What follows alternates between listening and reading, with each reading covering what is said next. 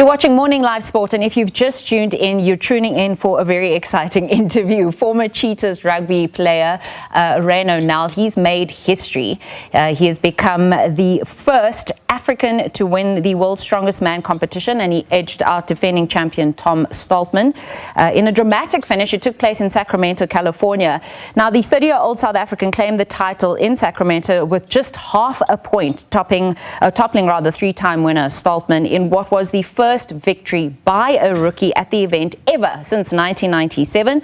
And so Rayno now joins us in studio. It's his first TV interview, so we're so glad that he decided to come and join us. You actually landed not that long ago, just a few days ago. You're the first African winner and first champ ever from beyond Europe and North America. So we have to start out by saying congratulations. Has it sunk in yet, Rayno? No, still not at all. Thank you so much. Thank you for having me. I don't know if it might actually take a while, but you're already focused on your upcoming competition calendar. So I think that's the mindset of an athlete, right? You can enjoy it for a little bit, but you're already focusing on what's coming next. Let's talk about the rise of Rayno Nel, because people have been saying, like, you're this newcomer, you come out of nowhere, you know, you're almost a no-name brand, where these guys like Mitch Hooper and Tom have, you know, competed, first of all, for multiple years in this competition, and they've also won.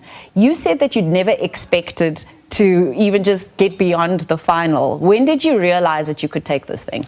Yeah, so my plan was to only, I think me and my wife wrote it down, 2027, that's the year that I want to be champion. Wow. So to do it in my first year, that's amazing. So going through the finals or the heat, I saw that I have a good chance of winning my group, which placed me in a good spot for the final. So based on the heat stages, they rank you from 1 to 10, and then you go in with some points into the final. And then as soon as I was done with the heats, I was the third best person at that point in a competition. So then I discovered, but I'm going into a final with a lot more points than I initially planned for. And then day one of the final went perfectly for me. A first, a second, and a second for that day. Yeah. So yeah, that's the end of day one. Going into day two with a 7-point lead on Mitch Hooper. That's when I realized, okay, there might be a chance here. Did you ever say, okay, there's a chance here, but was that still something that you were going for? Was Terence doing that? Terence is obviously your coach. You had Evans Nana in your corner there as well. You know, did you just try and focus on each event as a standalone event, or when did you start to see, okay, I got to push, this is something? Because half a point is just half a point at the end of the day. Yeah, so I always take it one event at a time. I mean, strongman is a very difficult or different sport. One event can throw you so far off. As we've seen, I was 7 points ahead. Had a very bad event day one of the last day, event one of the last day. So no, it's just, I don't think about the end result when I compete. It's just 4 days of focusing on the next job, focusing on the next job. So you quit rugby in 2019. And then in January 2023, you decide to pick up strongman.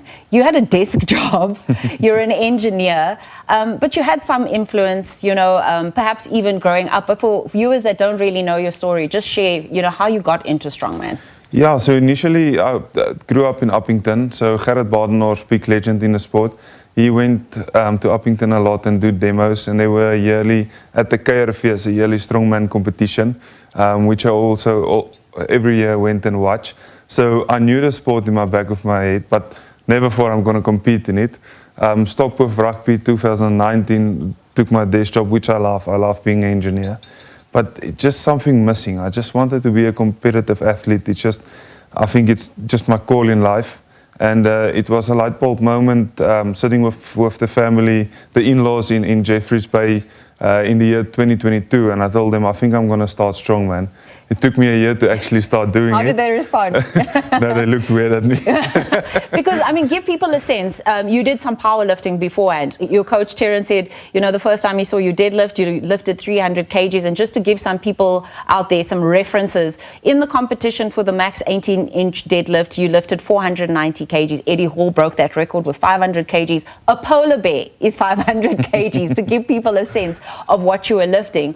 But did you have a lot of powerlifting experience, and how was it different from moving into strongman? Not at all. I've never done any strength sport in my life. I've been a rugby player, and after that I've been an engineer. So I think I was very, how can I say, when I came into the sport, I didn't know where the limit is. So I've seen weights, other people do it, I've been doing it for years, and I just try and pick it up, and I could pick it up. So I think that was a good thing for me, not knowing that certain weights shouldn't be done in your first year. Yeah.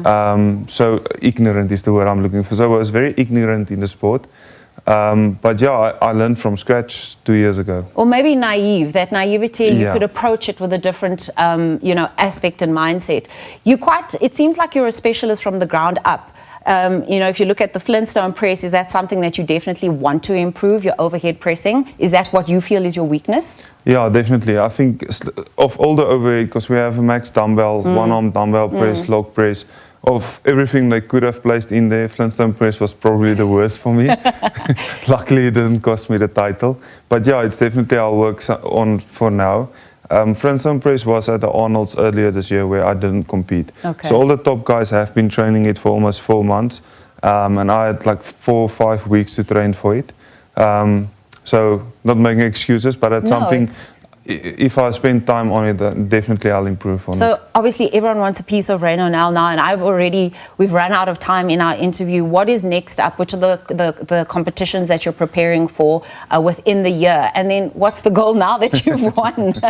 Yeah, look, there's still a lot more to do in strongman. I'm going to be very active this year. I counted to this morning 6 competitions coming up, which is Giants Live, Strongman Champions League, Strongest Man on Earth, all of them that I will do.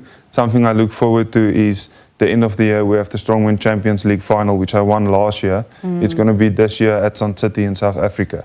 So it's going to be nice to compete in South Africa for international title as well. Maybe we can come out and watch you there. What advice would you have to someone that's watching, and maybe they were like you, sitting and thinking, I wonder if I could compete in this sport?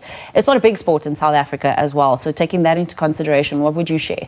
Yeah, I think if you come into the sport, especially in South Africa, strongman is a sport that you have a lot of discipline, because there's not a structure and people to get into. That's something we need to grow.